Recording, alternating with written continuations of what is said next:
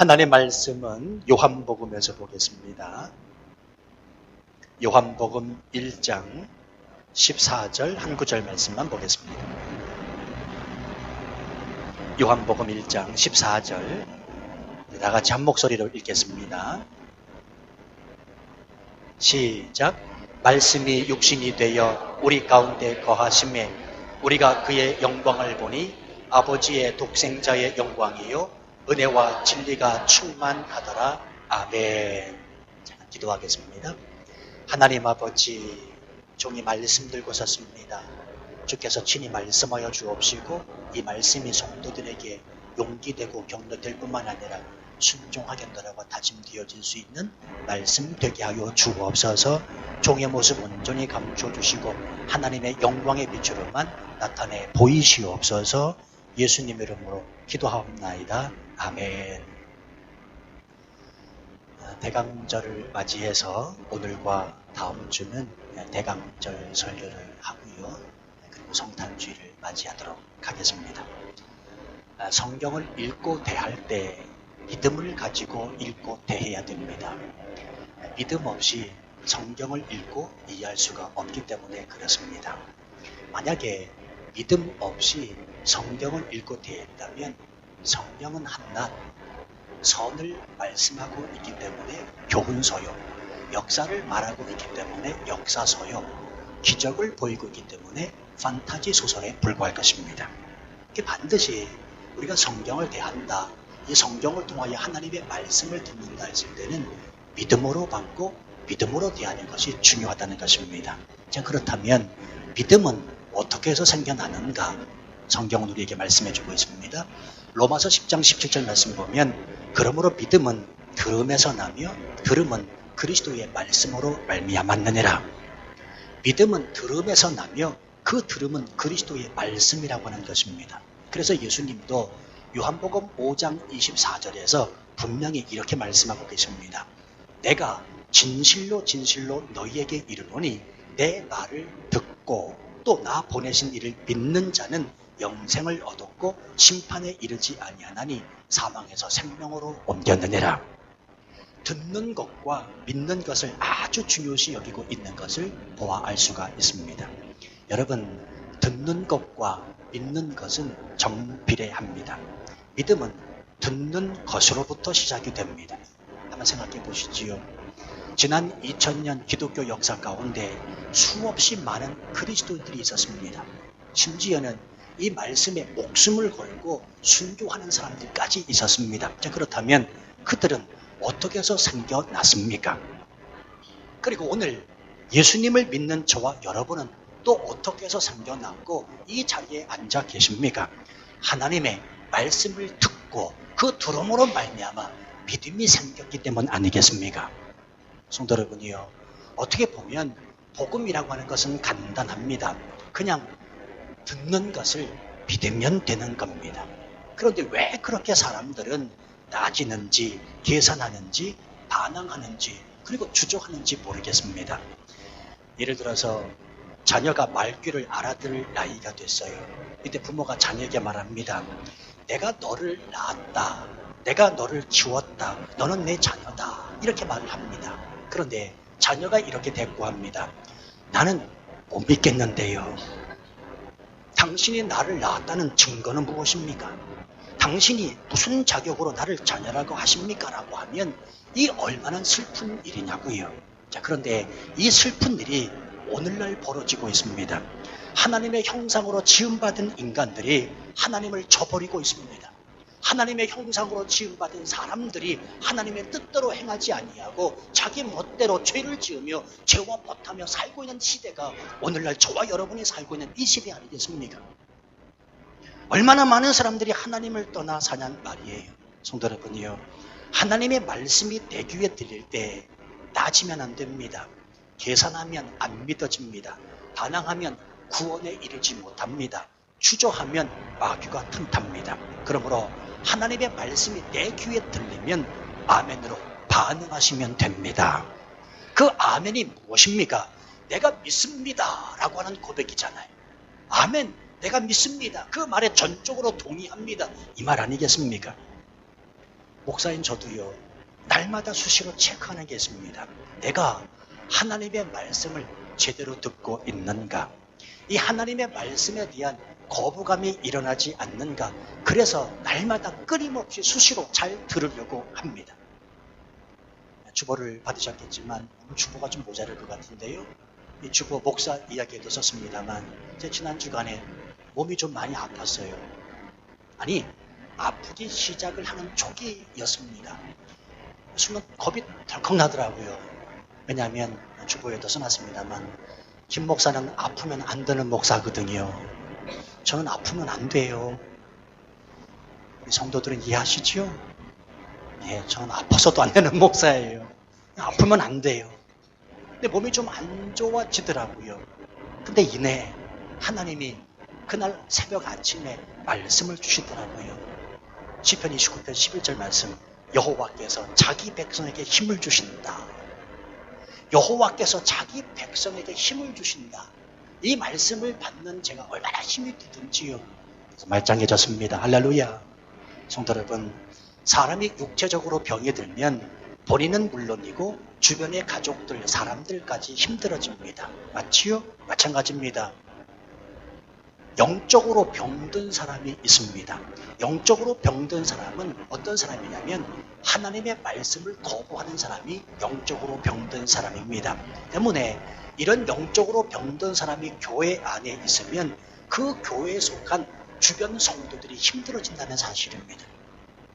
교회가 왜 그렇게 말들이 많고 다투고 싸우고 분쟁하는 줄 아십니까? 영적으로 병든 사람이 많이기 때문에 그래요. 또 문제는 뭐냐면 내가 영적으로 병들었다는 사실을 인정하지 않으려고 그러거든요. 나는 말짱하다는 겁니다. 내가 공예배에 빠졌냐, 헌금을 내가 안 주는데, 내가 봉사를 다 하는데 내가 왜 병이 들었냐. 자기가 영적으로 병든 것을 인정하지 않으려고 합니다. 여러분, 영적으로 병이 들었다는 말은 아주 간단하게 하나님의 말씀이 내 귀에 잘 들려오지 않는 겁니다. 하나님의 말씀대로 그래서 실천하지 않으려고 하는 겁니다. 그 사람 때문에 자기 자신은 물론이거니와 주변의 사람들이 힘들어진다는 말입니다. 저는요, 아주 노골적으로 이런 말씀을 제가 드렸습니다. 하나님의 말씀이 내 귀에 들려오지 않는다면 이 교회를 떠나라. 이렇게 말하는 목사도 별로 없을 거예요. 그렇죠? 오해하지 마시고 들으시길 바랍니다. 하나님의 말씀이 내 귀에 들려오지 않는다면 이 교회를 떠나야 된다. 왜요? 미워서 떠나라는 말이 아니고요. 그 사람이 살아야 되기 때문에 그렇습니다. 말씀을 들어야, 말씀이 내 귀에 들려야 그 사람이 살잖아요. 내가 살지 않냐고 어떻게 신앙생활을 한단 말입니까?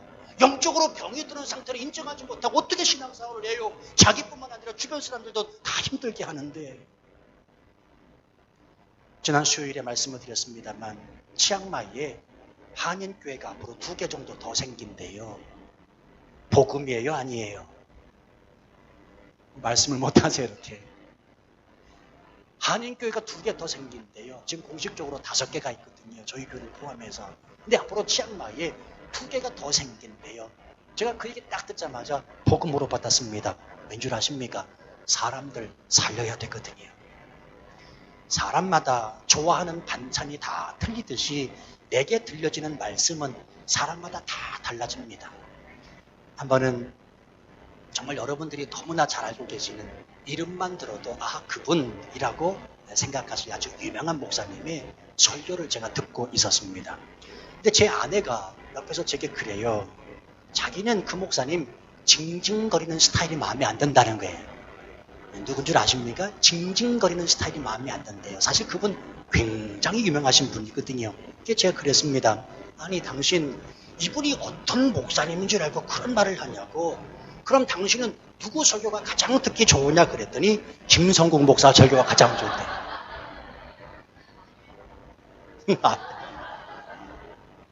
여러분 이처럼 사람은요 다 다른 겁니다.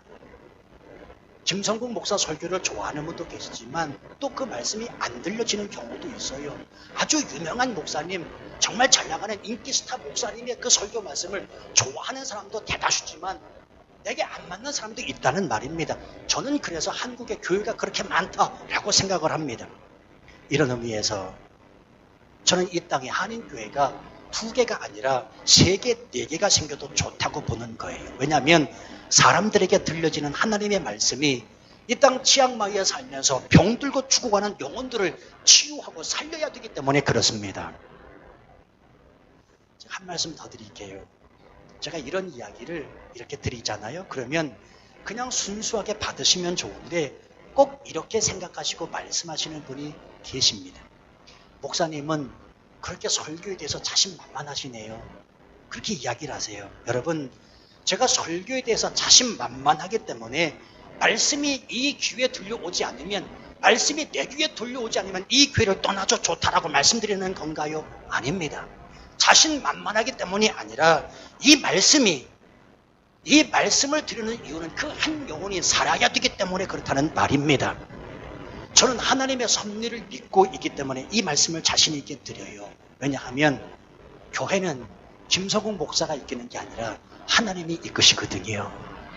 치앙마이의 한인교회 5개, 6개, 7개 아니라 10개가 세워져도 교회는 목사가 이끄는 게 아니라 하나님이 이끌어가시는 겁니다. 저는 이 사실을 분명히 말씀드리고 있기 때문에 내 귀에 들려지는 말씀이 있어야 된다는 말입니다. 내 귀에 들려지는 말씀이 없다면 내가 죽기 때문에 그렇습니다. 영적으로 병들어 나뿐만 아니라 주변 사람들까지도 힘들게 하기 때문에 그렇다는 것입니다. 때문에 우리는 그저 하나님의 말씀이 들리면 그 하나님의 말씀에 대한 통치와 다스림에 언제나 아멘으로 순복하면 될 줄로 믿습니다. 자, 오늘 본문의 말씀을 받아들이는 것도 같은 이치입니다. 오늘 본문은 정말 기적 같은, 그리고 믿기 어려운, 인간의 이성과 논리로는 절대로 설명될 수 없는 말씀을 던지고 있습니다. 말씀이 육신이 되었다. 말씀이 육신이 되었다. 이게 어떻게 이성으로 받아들일 수 있냐는 말이에요. 자, 여기서 말씀은 아주 중요한 의미가 있습니다. 우리 한글 개역 개정판에는 말씀이라 기록하고 있는데 헬라어 원어를 보면 이 말씀을 로고스라 이렇게 표현해주고 있습니다. 그러면 로고스는 무엇인가? 한마디로 절대 진리, 절대 존재를 말하는 헬라 철학 사상이었습니다. 절대 진리, 절대 존재, 이 로고스가 다시 말하면 신이라는 것입니다. 신. 당시의 모든 사람들은 그래서 신이 로고스고 로고스가 신이라고 생각하던 시절이었다는 것입니다. 우리가 잘 아는 철학자, 헬라 철학자 플라톤이 있습니다. 이 철학자 플라톤이 이런 말을 했다고 해요. 어느 날 신으로부터 로고스가 우리를 찾아올 것이다. 예수님 탄생하시기 전 400년 전 사람이 이 플라톤이거든요. 이 플라톤은 헬라 철학 사상가입니다. 이 사람이 어느 날 신으로부터 로고스가 우리를 찾아올 것이다. 아마 모르긴 몰라도 플라톤도 영적인 해안이 있었던 것 같습니다. 이 사람 말대로 이 땅에 말씀으로, 이 땅에 로고스로 오신 그분이 누구십니까? 바로 예수 그리스도이십니다. 할렐루야. 그러면 그 로고스를 왜 말씀으로 표기해 놓았을까? 하나님은 말씀하시는 분이기 때문에 그렇습니다. 하나님은 세상을 창조하실 때 말씀으로 창조하셨습니다. 빛이 있으라 말씀으로 창조하셨습니다. 성경에서 하나님은 하나님의 당신의 일을 이루실 때에 언제나 말씀하셨습니다. 노아에게 말씀하셨고 아브라함에게 말씀하셨고 야곱과 모세와 다윗과 바울에게 끊임없이 말씀하시는 분이십니다. 공생애를 본격적으로 시작하시는 예수님께서 산에서 제자들에게 하나님 나라에 대해 가르치실 때도 역시 입을 열어 가르쳐 이르시되 입을 열어 그분이 말씀하셨습니다. 성도 여러분이요, 그 하나님은 지금도 오늘 이 시간에 저와 여러분에게 말씀하고 계십니다. 그 말씀으로 우리에게 주어진 책이 무엇이냐면 성경이라는 것입니다. 그러므로 오늘날 이 시대 가운데서 하나님이 내게 주시는 말씀을 듣기 원하신다면, 예수님을 정말로 만나기를 원하신다면 성경을 읽어야 하고 성경을 묵상해야 합니다.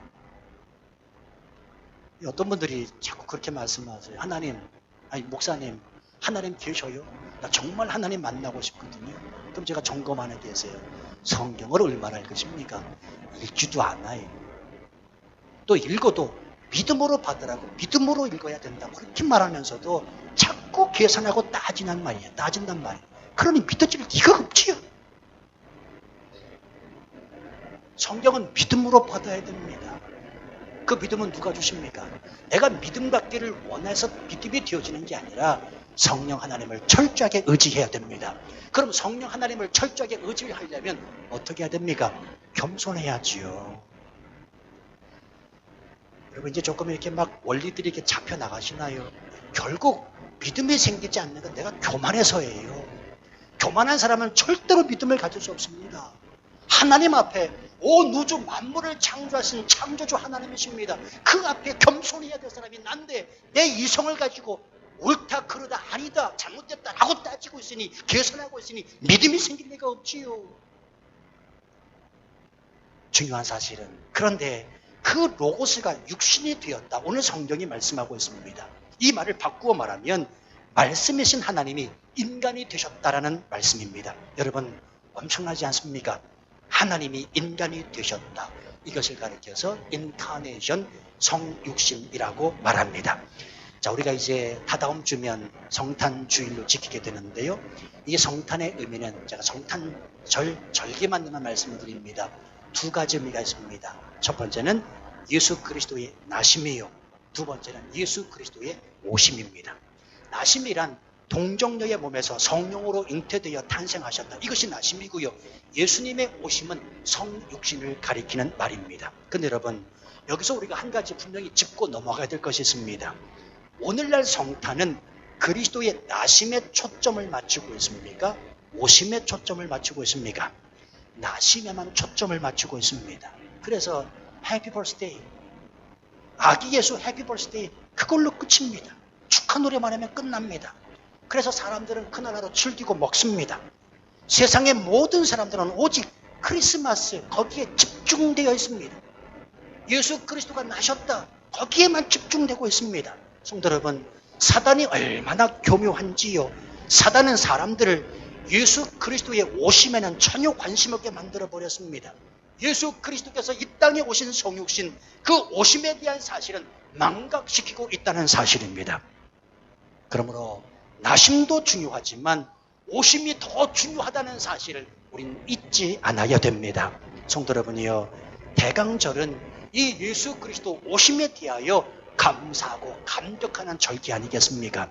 예수님이 이 땅에 오시지 않았다라면 우리는 죄로부터 영원히 죽을 수밖에 없는 존재이기 때문에 그렇습니다. 말씀이 육신이 되었다. 말씀이 육신이 되었다. 그분이 육신 되셨기 때문에 우리 죄를 사신 것 아니겠습니까? 저는 오늘 이 말씀을 깊게 묵상하면서 제 자신에 대하여 두 가지 놀라운 사실을 발견했습니다. 제 자신에 대하여 두 가지 놀라운 사실. 첫 번째는 내가 이 성육신 사건이 믿어진다는 겁니다. 할렐루야. 여러분도 믿어주시면 아멘 하시기 바랍니다. 아니 세상에 이 성육신이 그냥 믿어지는 겁니다. 아무런 의심 없이 그냥 받아들여지는 겁니다. 도무지 이성으로 논리적으로 말이 되지 않는 이 말씀이 그냥 믿어지는 것을 보고 저는 놀랐습니다. 성도 여러분, 기적은 다른 게 아니고요. 하나님의 말씀이 믿어지는 게 기적입니다. 자꾸 기적을 보여달라고 해요.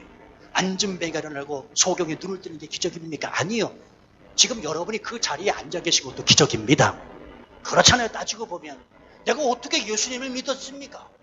어떻게 예수님을 믿었냐고요. 이거보다 더 큰 기적이 어디 있습니까?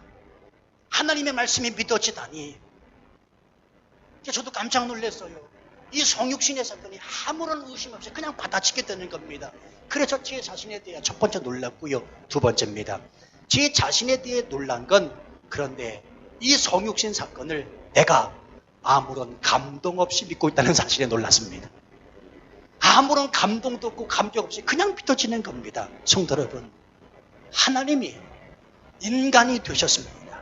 이것은 인간이 짐승이 되는 사건보다 더 큰 사건입니다. 그런데 이 사건을 나는 아무런 감동 없이 그냥 받아들여지기만 하더라는 거예요. 성도 여러분이요, 예수 그리스도께서 이 땅에 왜 오셨습니까? 그분이 왜 십자가에 달려 죽으셔야만 했습니까? 내가 지은 죄 그리고 내가 앞으로 지은 죄까지도 십자가에서 끌어안고 피 흘리심으로 나를 죄로부터 구원해 주시기 위함 아니겠습니까? 그럼에도 불구하고 내게는 아무런 감동이 일어나지 않다니요. 이거보다 더 놀라운 사실이 어디 있습니까? 혹시나 우리가 이렇게 신앙생활하고 있다면 이번 대강절 절기를 통해 하나님, 예수 그리스도 이 땅에 오시는 이 감격과 감동이 내 안에서 회복되게 되려고 기도하셔야 될 줄로 믿습니다. 자, 그렇다면 성육신은 우리에게 어떠한 의미가 있는가? 말씀이 육신이 된 이 성육신은 우리를 사랑하시는 하나님의 적극적인 표현입니다. 자, 그런데 여기에 또 은혜가 있습니다. 자, 일반적으로 우리가 남녀 관계를 살펴보면요, 이유가 있기 때문에 사랑합니다. 그렇죠? 이유 없이 남녀가 사랑한다. 그건 조금 이상한 겁니다. 예를 들어 얼굴이 이쁘다든지 멋있다든지 뭐 똑똑하든지 아니면 학벌이 좋든지 능력이 있다든지 집안이 부자든지 하다못해 남이 알지 못하는 제 눈의 안경에 그 어떤 것이 있기에 사랑하는 거란 말입니다. 그렇지요. 여러분의 남편을 어떻게 만났고 여러분의 아내를 어떻게 만났는지 한번 생각해 보십시오. 뭔가 조건이 반드시 있었기 때문에 그래서 결혼한 거 아니겠습니까? 그런데 놀라운 사실은 하나님의 사랑에는 조건이 없습니다. 판단이 들어가 있지도 않습니다. 그저 날 사랑하시는 겁니다. 이것을 가리켜서 unconditional love, 무조건적인 사랑이라고 합니다. 아무것도 바라지 않는 사랑이요, 자신의 유익을 굳이 하지 않은 사랑이라는 것입니다. 옛날 헬라 철학이나 히랍 사상에는요, 가치 있는 것만 사랑한다고 해요. 사랑받을 것만 사랑한다는 것입니다. 이것을 에로스적 사랑이라고 말을 합니다. 그러나 여러분, 하나님은 오히려 무가치적인 것을 사랑하십니다. 사랑받을 자가 아니라 사랑받을 수 없는 자, 죄인을 사랑하신다는 것입니다. 그게 바로 하나님 아버지의 무조건적인 사랑이요, 아가페의 사랑입니다. 예전에 벨기에 신부 다미안에 대해서 말씀을 한번 드린 기억이 있는데요. 이 하와이 군도 가운데 한 섬인 모로카이 섬은 문둥병자들만 모여 살던 죽음의 섬이었다고 합니다. 이 어느 날 벨기에로부터 이 다미안이라고 하는 신부가 찾아와 그 섬을 전도하기 시작을 했습니다. 그가 온몸이 썩어져가는 문둥병자들 앞에서 복음을 전할 때 이 문둥병자들은 한결같이 그를 향하여 손가락질을 하면서 이렇게 말합니다. 당신은 건강한 몸이기 때문에 믿음을 가지고 살지만 만약 우리들처럼 내일 일을 알지 못하고 죽게 되었다면 그렇게 말하지 못할 것이요. 쉽게 복음은 받아들여지지 않았습니다. 전도의 문은 굳게 닫혀버립니다. 고민에 쌓여있던 다미안 신부가 어느 날 하나님 앞에 찾아나가 이렇게 기도하기 시작합니다. 하나님, 제가 문둥이가 되어야 되겠습니다. 내가 문둥병에 걸려야 되겠습니다. 그리하여 저들에게 주님의 복음을 전하여 불쌍한 저들의 영혼을 살릴 수 있는 기회를 허락하여 주옵소서. 그 후에 다미안 신부는 정말로 문둥병자가 되었고요. 감각이 점점 무뎌지고 눈썹이 빠지고 손가락 마디가 떨어져 나간 그 문둥병자의 모습을 하고 복음을 외쳤습니다. 그 외치는 복음의 능력이 능력으로 나타났음은 물론입니다. 성도 여러분, 바로 이게 말씀이 육신이 되었다, 바로 성육신입니다. 하나님이 죄인이 되신 사건입니다. 하나님이 인간을 이처럼 사랑하사 행하신 일이 무엇이냐? 말씀이 육신이 되었다, 로고스가 인간이 되었다, 죄인이 되었다라는 말씀이라는 것입니다. 자, 그런데 중요한 말씀이 있습니다. 말씀이 육신이 되었다, 성육신하신 그 주님이 지금 어디에 계십니까? 오늘 말씀 보세요. 말씀이 육신이 되어 우리 가운데 거하심에 그분이 저와 여러분 마음 안에 거하십니다. 믿으세요. 네. 여기서 거하신다라는 말은 구약시대 때 성막에 하나님의 임재가 거할 때 그 거함을 뜻하는 말입니다. 누구든지 이 사실을 믿는 자들에게 삶 가운데 하나님이 거하신다, 하나님이 임재하신다는 것입니다. 할렐루야. 이게 저와 여러분들, 이 땅을 사랑하는 힘과 용기 아니겠습니까? 제가 누차 저에게 성도들에게 말씀드립니다만, 저는 목회하면서 전 정말 하나님 아버지를 의지하고요. 그리고 제게 힘이 되는 구절이 뭐냐면 하나님이 나와 함께 하신다는 거예요. 나와 함께 하실 뿐만 아니라 너를 끝까지 사랑하신다.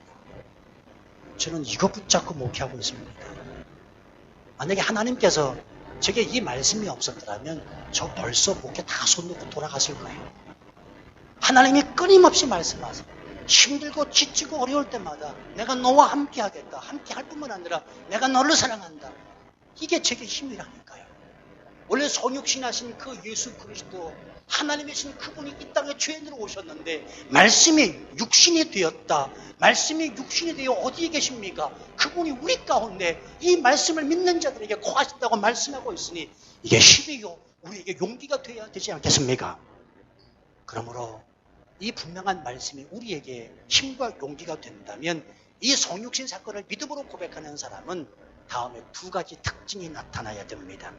저는 대강절을 맞이하여 성탄절까지 우리 모두가 이 두 가지 메시지는 가슴에 좀 품고 살았으면 좋겠어요. 어찌 보면 그냥 성탄절까지가 아니라 일평생 내 마음 안에 품어야 될 메시지인지도 모르겠습니다. 첫 번째 뭐냐면 사람을 사랑하는 마음이 우리 안에 있어야 됩니다. 여러분, 기독교가 사랑인 이유는 두 가지 이유 때문에 그렇습니다. 첫 번째는 십자가요, 두 번째는 성육신입니다. 우리가 왜 사랑인가? 왜 교회가 사랑을 말해야 되고 그리스도인들이 사랑을 말해야 되는가? 왜 기독교가 사랑인가? 첫 번째는 십자가요, 두 번째는 성육신이라는 말입니다. 성육신은 사랑입니다. 인간을 사랑하시는 하나님 아버지의 마음입니다. 여기에서의 인간은 선택받은 성도만 포함하지 않습니다. 보편적인 예수 그리스도를 알지 못하는 모든 인간들을 가리키는 말입니다. 그러므로 믿는 자이든 믿지 않는 사람이든 우리는 사람을 사랑할 수 있어야 된다는 것입니다. 아버지가 사랑하는 사람을 내가 미워할 권리가 없기 때문에 그렇습니다. 성도 여러분이요, 꼭 기억하십시오.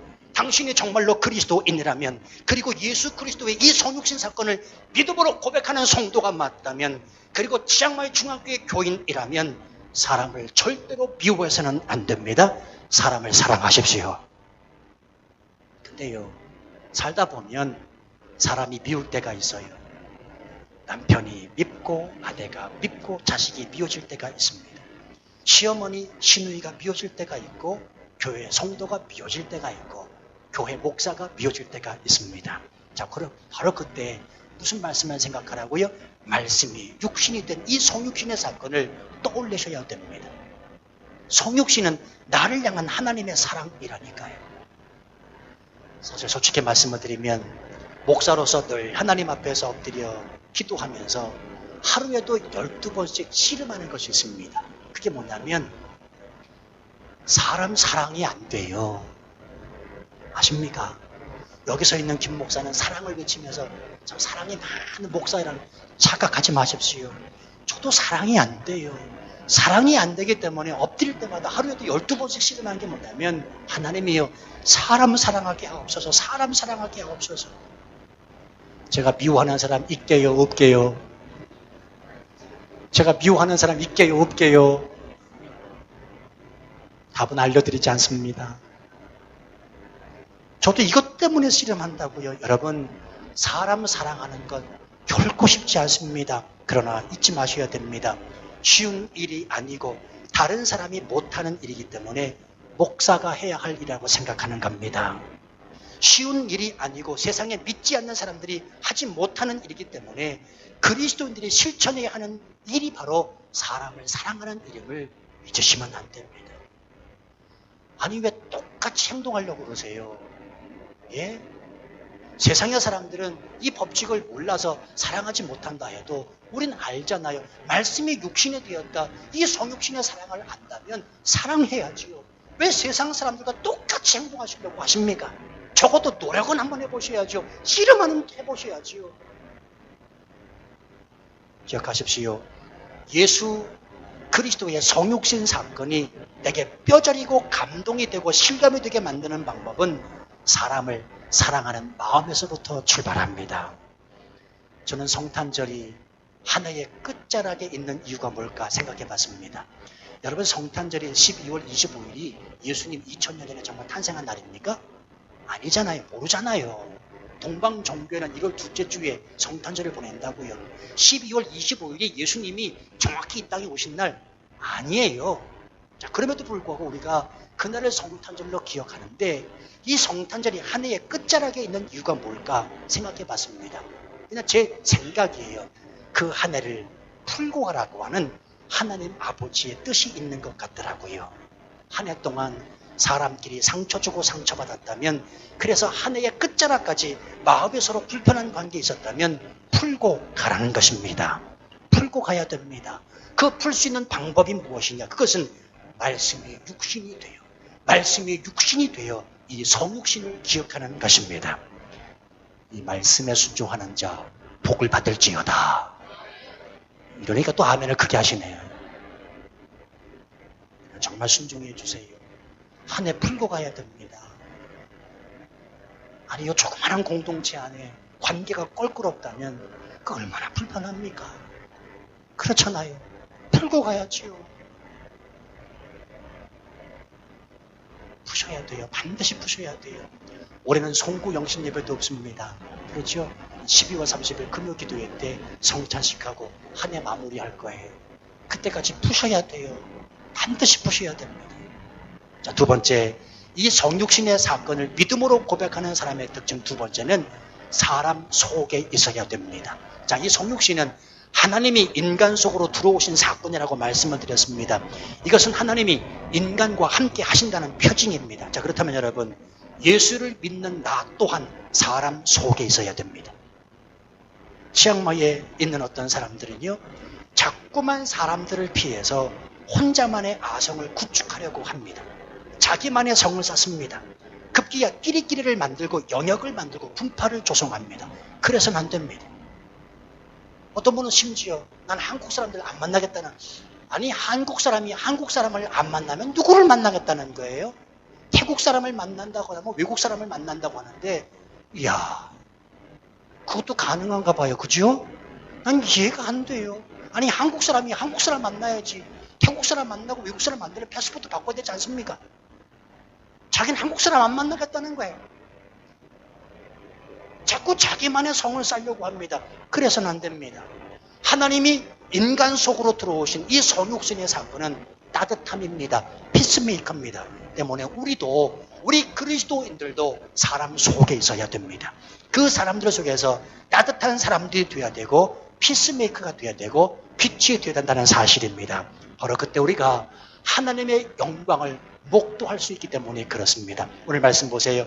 말씀이 육신이 되어 우리 가운데 거하심에 우리가 그 영광을 보니, 하나님의 영광을 볼 수 있는 사람은 다른 사람이 아니라 말씀이 육신되어 우리 가운데 거하시는 주님 때문에 그 주님의 빛을 이 땅 가운데 증거하고 나타내는 사람에게 주어지는 은혜라고 하는 사실입니다. 오늘 본문은 그 영광에 대해서 이렇게 말합니다. 아버지의 독생자의 영광이요 은혜와 진리가 충만하다.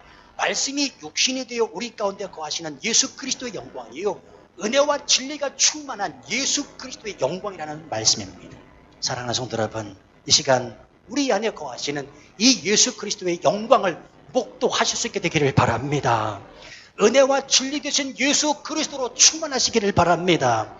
신앙생활은 하나님의 은혜 가운데 있어야 하고요, 진리 되신 하나님의 말씀으로 충만해야 되기 때문에 그렇습니다. 한 주간 살면서 은혜와 진리를 이탈하려고 하지 마십시오. 은혜와 진리 되신 예수 그리스도에게 붙잡힌 바 되어 살아가십시오. 바로 그때 우리는 어느 현장에 있든지 입을 열어 하나님 앞에 영광을 올려드리게 될 줄로 믿습니다. 이미 은혜가 우리에게 주어져 있다는 사실을 믿으시길 바랍니다. 그 은혜가 뭐라고요?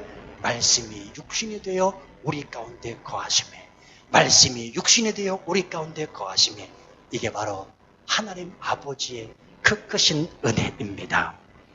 주님이 땅에 오심을 기다리는 대강절 절기에 이 말씀을 믿고 받아들이는 우리 모두에게 살아계신 주님의 은혜가 넘치시기를 주님의 이름으로 축복기도합니다.